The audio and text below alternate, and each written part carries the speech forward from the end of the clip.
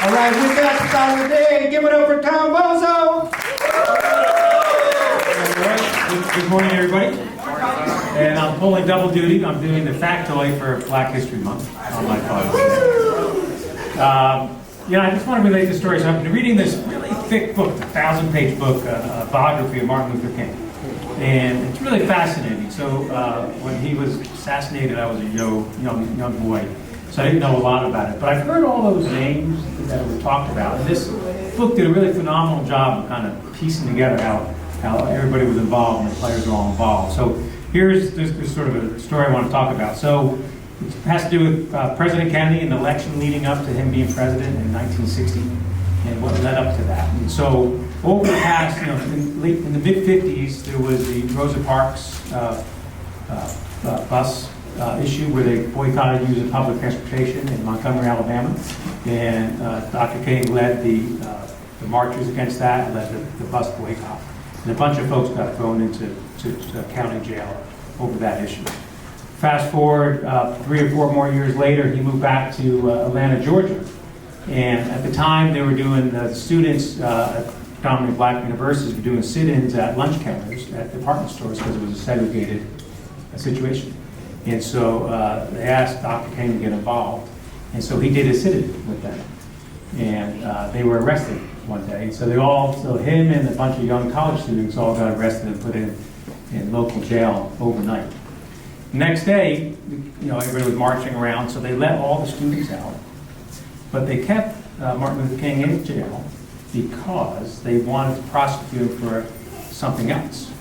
And what had happened was just earlier that year, he had moved from Alabama to Georgia. And he still had Alabama license plates. And so he was driving, him and his wife were driving in front of her as a white guy to the hospital for cancer treatments. Cop pulled him over because it was mixed race in one car. The cop pulled him over, arrested him for having foreign plates being the other state plates, and they gave him a fine.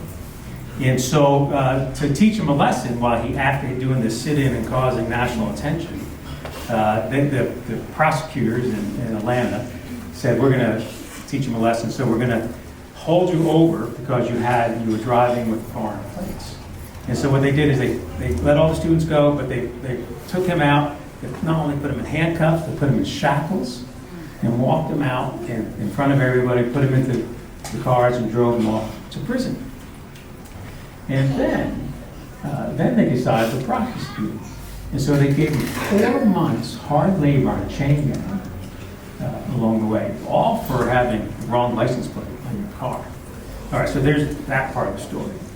Over the previous years, at the same time, he was trying to bring more attention to the civil rights movement, right? And so he was trying to do it, obviously, in a peaceful way, trying to make laws change, trying to get politicians to pay attention. So a number of times he went to the Eisenhower administration and asked there at the Attorney General's office for some time with President Eisenhower to sort of make some change happen. While they had meetings, nothing was happening. So Martin Luther King thought, well, maybe I shouldn't just be going with one side, maybe I should talk to the Democrats as well. And at this time, back in the late 50s, 60s, the Southern Democrats were the ones who were keeping oppression in place, not wanting to change the laws. But came about, so John Kennedy started running for president in the 1960s. And so through Harry Belafonte, he got a meeting with Senator Kennedy to actually talk to Senator Kennedy about the need for civil rights legislation. And what happened was, the reported meeting was sort of a cool meeting, everybody understood each side, but nothing happened. But Senator Kennedy's political people said, stay away from this issue. It's too hot of an issue. We want to win for president. If you align with Martin Luther King, you're going to lose the presidency. And so that's another backdrop of the story. So now going back to Martin Luther King being in the federal penitentiary over this trumped-up charge. Sergeant Shriver, another name that people know about, actually was helping his brother-in-law, John Kennedy, run for president, and he wanted to have John Kennedy actually come out for the civil rights movement for Dr. King. But the advisor said no. But then they heard that Martin Luther King was in the federal penitentiary, and so on the sly, Sergeant Schreiber was able to get John Kennedy. He went into his hotel and able to get John Kennedy to call up Dr. King's wife, Gwen King, and to offer sympathy. And the point of doing that was that John Kennedy said, it's the right thing to do, make the phone call, see if we can help. But they didn't want anybody to know about it.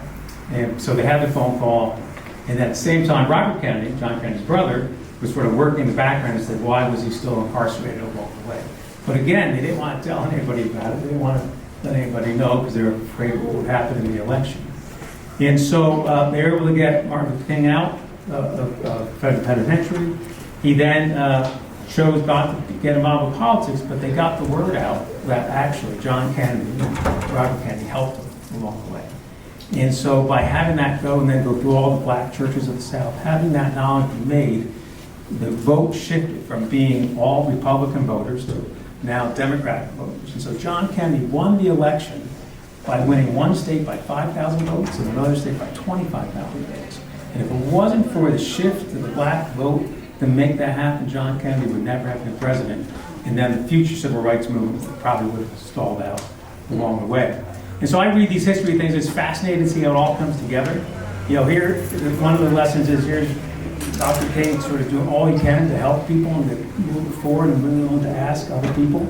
Then here's John Kennedy, sort of risked everything, his whole political ambition, just to do the right thing, is to make a phone call and see if he can help out. So I thought that was a really terrific story to bring together as to how our history sort of impacts us today. So thank you.